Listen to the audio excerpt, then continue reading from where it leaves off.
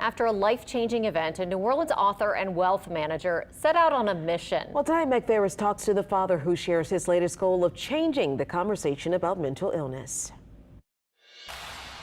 It was 4 years ago, around this same holiday time, when Tripp Friedler and his family suffered a tragic loss. He went into the gun store, bought a gun, went to his car and shot himself. His son Henry was only 27. Years earlier, he was diagnosed with a genetic brain illness called bipolar. At first, it was hard for Tripp to accept, but after psychotic episodes and hospitalizations, reality set in. The patient doesn't always agree with it.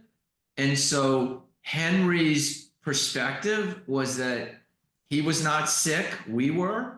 It's very difficult to get him into treatment. He didn't ever want to go. Tripp put those difficult years in a memoir called The Tunnel. Originally, it was to help him understand and heal from what he and his family went through. It did, but his honesty is now helping many others. It's such a hard disease for both the person suffering from it and also the whole family. And you need to find your community.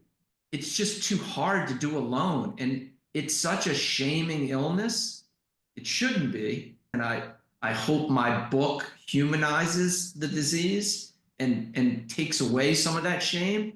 So Tripp is giving every penny of profit to groups that help support mental illness. Tulane's Early Psychosis Intervention Clinic, EPIC, and the National Alliance on Mental Illness, NAMI. It helped me find some meaning in something that felt so meaningless.